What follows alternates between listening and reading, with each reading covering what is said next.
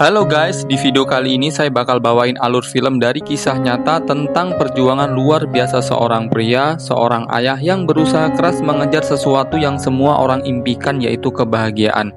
Perjalanan hidupnya penuh rintangan, dia harus menghadapi kerasnya hidup, diremehkan, bahkan ditinggal istrinya sendiri.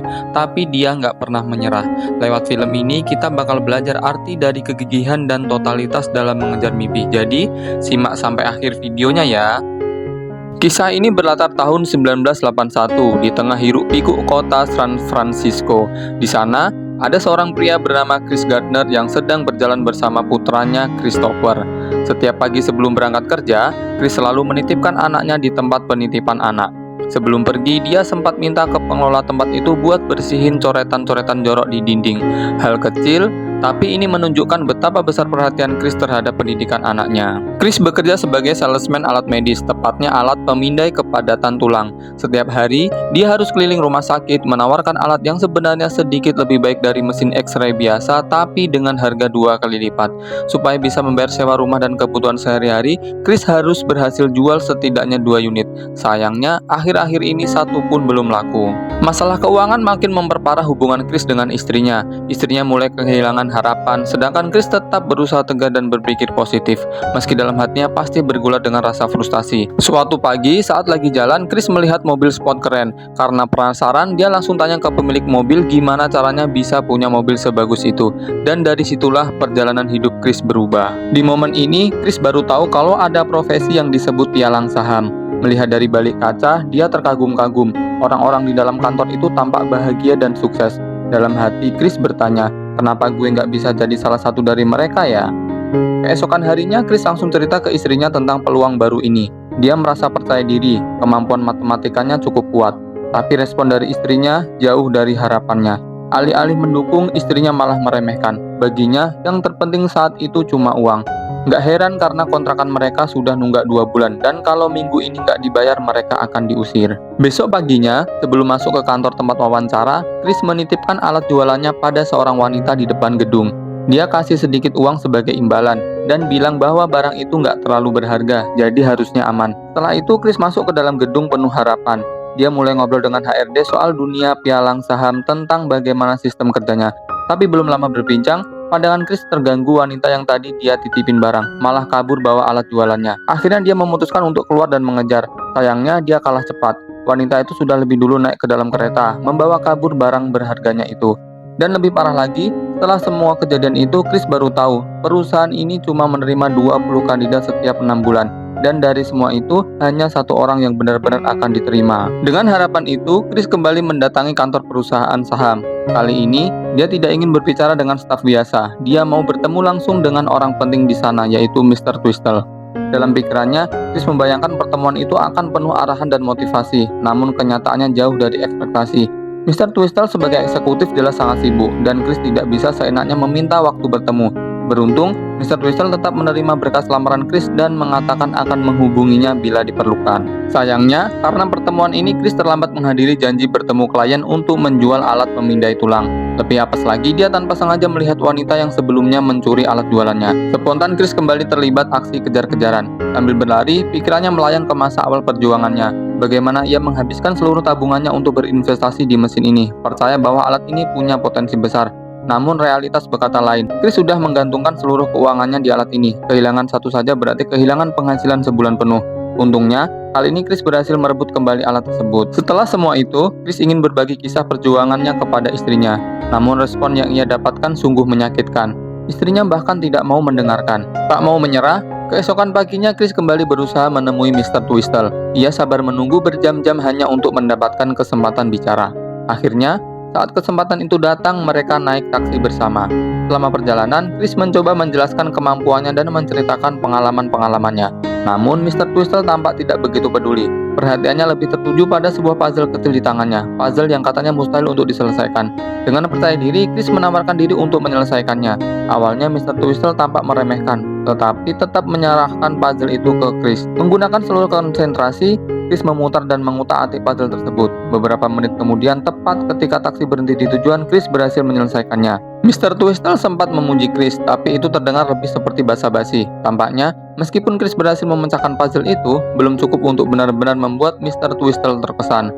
Masalah belum selesai. Mr. Twistle langsung turun dari taksi tanpa membayar ongkos, padahal meteran menunjukkan angka $18. Chris sendiri hanya memiliki $5 di kantongnya. Dalam keadaan panik, Chris buru-buru kembali mengambil alat pemindainya yang sempat tertinggal di kursi taksi. Sambil terus meminta maaf kepada sopir, ia mengejar Mr. Twistle. Kejar-kejaran ini membawanya masuk ke dalam kereta. Chris berhasil masuk, namun sayangnya mesin pemindainya tertinggal. Pada akhirnya, Chris tiba di stasiun berikutnya. Di sana, ia mengakui bahwa ia tidak bisa menjemput Christopher. Namun yang mengejutkan, istrinya sudah datang lebih dulu bersama Christopher dan membawa semua barang mereka, tanda bahwa mereka akan segera meninggalkan rumah. Tanpa membuang waktu, Chris berlari secepat mungkin pulang ke rumah. Namun sesampainya di sana, ia hanya mendapati rumahnya yang kosong. Di tengah kebingungannya, tiba-tiba telepon berdering. Mr. Twistle menelepon untuk mengatur jadwal pertemuan. Chris diminta untuk mencatat nomor penting. Sayangnya, ia tidak membawa alat tulis, sehingga harus menghafal nomor telepon dan 4 angka extension yang disebutkan, hanya dengan mengandalkan ingatan. Keesokan paginya, secara tidak sengaja Chris bertemu lagi dengan istrinya di jalan. Seperti biasanya, sang istri mengabaikannya begitu saja. Chris pun mempersilahkan dia pergi, tapi kali ini ia bersikeras untuk tetap bersama Christopher. Dalam pertengkaran singkat itu, istrinya berulang kali membentak, menyalahkan Chris atas kesulitan hidup yang mereka alami. Sesampainya di rumah, Chris segera menyiapkan makan malam untuk anaknya. Namun tak lama kemudian pemilik kontrakan datang. Ia meminta Chris segera mengosongkan kamar karena ruangan itu akan dipersiapkan untuk penghuni baru. Chris mencoba bernegosiasi, menawarkan diri mengecat kamar itu sendiri tanpa meminta upah, asal diberi waktu tambahan selama 1 minggu. Hari berganti, tapi masalah baru kembali menghampirinya. Kali ini polisi datang menangkap Chris. Rupanya ini karena denda tilang lama yang belum ia bayar. Chris harus ditahan sampai proses verifikasi yang baru akan dilakukan keesokan harinya pukul 9.30 pagi, waktu yang bersamaan dengan jadwal wawancara pentingnya. Mau tak mau, Chris harus kembali meminta bantuan istrinya untuk menjaga Christopher. Dan akhirnya tibalah hari yang menentukan. Pukul 9.45 pagi, Chris tanpa sempat mandi ataupun berganti pakaian berlari menuju kantor perusahaan saham. Di tengah kerumunan orang-orang berpenampilan rapi, ia tetap melangkah dengan penuh percaya diri. Yang terpancar dari dirinya bukanlah penampilan, tetapi tekad kuat untuk mengubah nasib. Dan akhirnya Chris pun dipanggil masuk untuk menghadapi wawancara yang telah lama ia impikan. Namun begitu tiba di ruang interview, bukan sambutan hangat yang ia terima. Sebaliknya, kehadirannya dengan pakaian seadanya justru membuatnya terlihat tidak serius. Di tengah suasana yang terasa canggung itu, Chris pun memutuskan untuk berkata jujur. Ia menceritakan semua yang terjadi tanpa menutupi apapun, dan kejujurannya itulah yang diam-diam mengesankan para pewawancara. Chris bukan sekedar pintar berbicara, tapi ia bisa menyesuaikan diri dan berbagi semangat yang sama dengan orang-orang di sekitarnya. Dari ceritanya, terungkap bahwa Chris selalu menjadi yang terbaik, baik saat di sekolah maupun ketika bertugas di militer. Namun, yang membuatnya berbeda adalah kerendahan hatinya. Chris berani mengakui jika ia belum tahu sesuatu, dan lebih dari itu, ia bertekad untuk segera mencari tahu jawabannya. Wawancara itu berakhir dengan kesan positif terhadap dirinya. Sayangnya, ada satu kenyataan pahit. Selama masa pelatihan, Chris tidak akan menerima gaji. Di tengah kesulitan hidup yang semakin berat, Chris harus memilih, menyerah atau terus berjuang. Dan seperti yang bisa kita tebak teman-teman, ia memilih bertahan. Malam itu, ketika ia masih memikirkan langkah selanjutnya, istrinya datang, membawa Christopher kecil dalam gendongannya. Tanpa banyak kata, ia mengabarkan bahwa dirinya akan pindah ke New York karena ada tawaran pekerjaan dari keluarganya di sana. Chris tidak mencoba menahan kepergian istrinya. Ia hanya ingin satu hal, agar Christopher tetap tinggal bersamanya. Bisa dibilang, keputusan sang istri datang di saat terburuk dalam hidup Chris. Namun luar biasanya, Chris tidak menunjukkan kemarahan sedikit pun.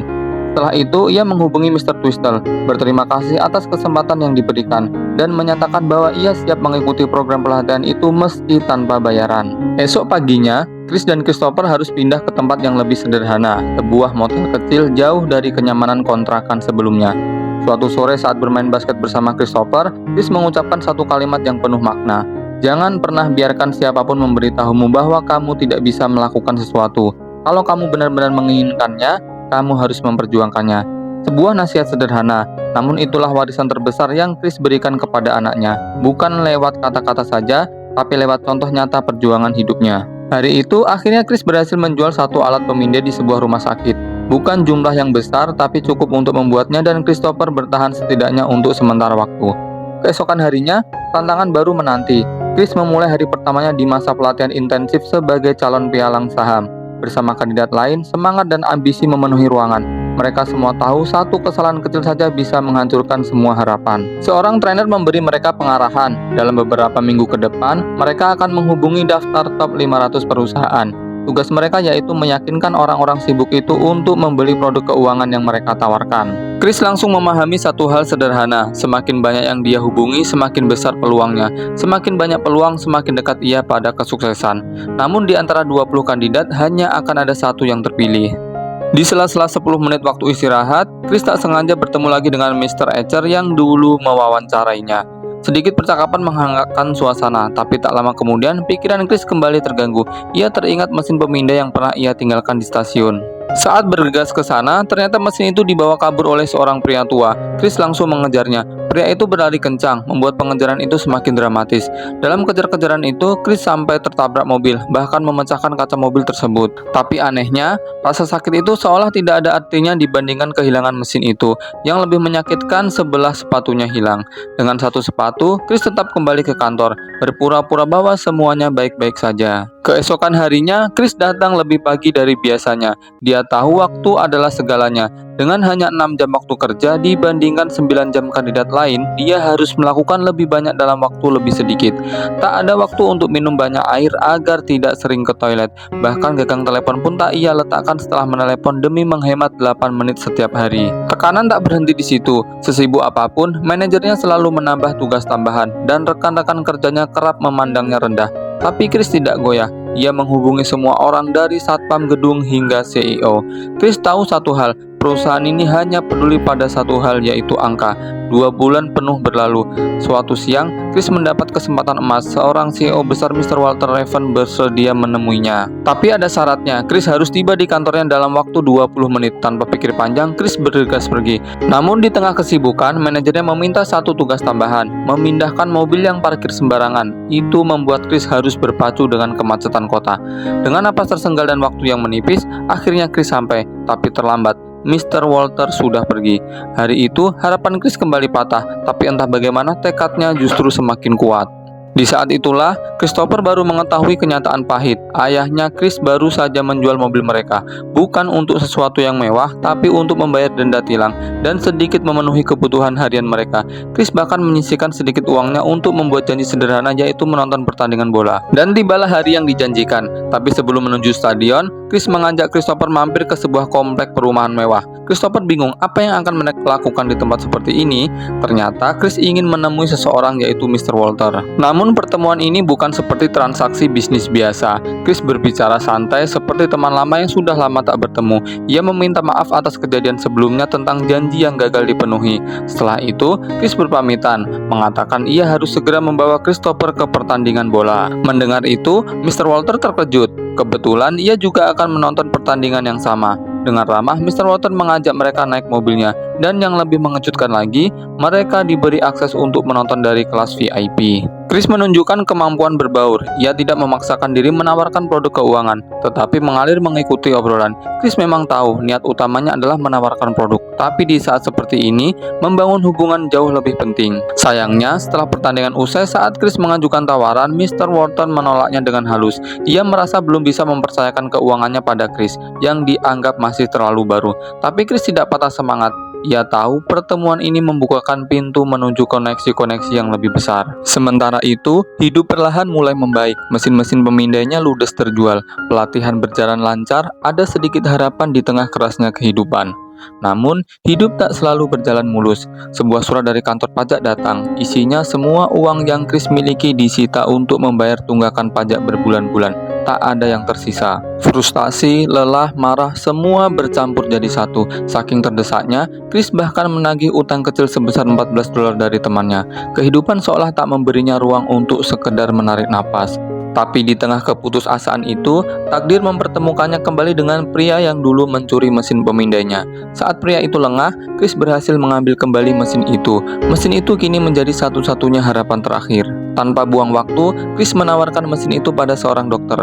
Dokter itu setuju untuk membeli, tapi cobaan kembali datang. Mesin pemindai itu sudah rusak, tidak berfungsi lagi. Pada suatu malam, Chris dan anaknya tiba di motel. Namun, mereka mendapati barang-barang mereka telah dikeluarkan secara paksa dan kunci kamar sudah diganti. Itu berarti mereka sudah tidak memiliki tempat tinggal lagi. Perasaan marah dan sedih tentu menghampiri Chris. Namun, ia tahu kemarahan tidak akan membawa perubahan dan justru akan memperlihatkan kelemahannya di hadapan anaknya. Dalam kondisi penuh keputusasaan, Chris tetap berusaha memenuhi perannya sebagai ayah. Ia menghibur Christopher dengan berpura-pura bahwa alat pemindahnya adalah mesin waktu yang bisa membawa mereka ke zaman purba.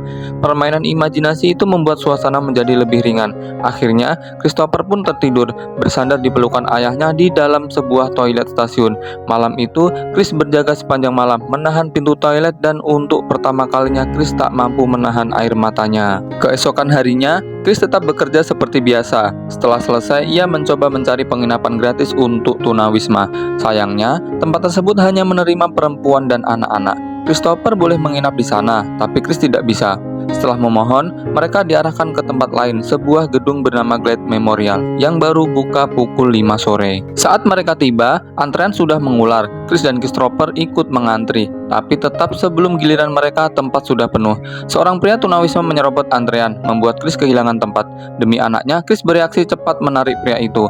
Petugas yang melihat malah mengusir mereka berdua. Beruntung, beberapa orang lain membela Chris, sehingga mereka tetap diberi tempat bermalam. Dalam segala keterbatasan, Chris tetap mencoba menjaga ketenangan Christopher. Ketika lampu kamar padam, Chris menjadikannya sebagai isyarat agar Christopher tidur. Namun, Chris tetap harus memperbaiki alat pemindahnya. Karena ruangan gelap, ia keluar untuk mencari cahaya. Tak lama, seluruh lampu dimatikan operator gedung. Meski begitu, Chris tidak membiarkan waktu terbuang. Ia memanfaatkannya untuk terus belajar tentang dunia saham. Keesokan paginya, Chris memulai harinya dengan semangat. Hari itu penting, ia harus bertemu calon klien. Segala pekerjaan harus ia selesaikan lebih cepat karena sore harinya ia harus kembali antri demi mendapatkan tempat bermalam. Dalam antrian, sempat terjadi ketegangan. Chris terpaksa bersikap lebih agresif demi memastikan tempat untuk Christopher.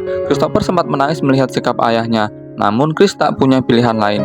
Hari itu, Chris juga pergi ke tempat ibadah. Ia meluapkan semua beban emosinya dalam doa, karena satu-satunya keluarga yang ia miliki sekarang hanyalah Christopher. Waktu berjalan cepat, Chris mendekati akhir masa pelatihannya, dan ujian akhir sudah di depan mata. Saat hari ujian tiba, lembar soal dibagikan. Chris menyelesaikan semua soal dalam waktu singkat. Namun, ada peserta lain yang lebih cepat mengumpulkan. Dalam percakapan di lift, pria itu mengaku mudah mengerjakan ujian. Namun sikap sombongnya goyah ketika Chris menyebut soal esai yang sepertinya ia lewatkan. Dalam perjalanan pulang, Chris bertemu lagi dengan pemain bola yang dulu pernah ia bantu. Hubungan mereka tampak cukup akrab. Pria itu bahkan menyinggung janji panggilan telepon yang pernah dibuat Chris. Saat itu juga, bos Chris meminta bantuan untuk meminjam $1 guna membayar taksi karena dompetnya ketinggalan. Meski uangnya tinggal sedikit, Chris terpaksa memberikannya. Chris kemudian buru-buru menuju tempat antrian. Sayangnya, ketika ia tiba, semua kamar sudah penuh. Tak ada pilihan lain, ia menggunakan sisa uangnya untuk membeli tiket kereta. Malam itu, kereta menjadi tempat berlindung terakhir bagi Chris dan Christopher. Pagi itu, Chris memutuskan untuk mendonorkan darahnya demi mendapatkan sedikit uang. Dana yang ia peroleh digunakan untuk membeli suku cadang guna memperbaiki alat pemindahnya yang rusak. Beruntung, malam itu Chris dan Christopher berhasil mendapatkan tempat di tempat penampungan. Saat bersiap untuk tidur, Christopher bertanya tentang keberadaan ibunya. Dengan tenang, Chris menjelaskan bahwa kepergian ibunya bukanlah karena kesalahan Christopher. Ibunya memilih untuk pergi karena keinginannya sendiri, bukan karena apa yang mereka lakukan. Setelah mendengarkan penjelasan itu, Christopher pun tertidur lelap. Malam itu juga, Chris bekerja keras memperbaiki alat pemindahnya. Syukurlah, ia berhasil memperbaikinya. Tak lama kemudian alat itu berhasil ia jual seharga $250, cukup untuk memenuhi kebutuhan hidup mereka selama 1 bulan ke depan. Dengan uang itu, mereka akhirnya bisa beristirahat dengan nyaman di sebuah kamar hotel.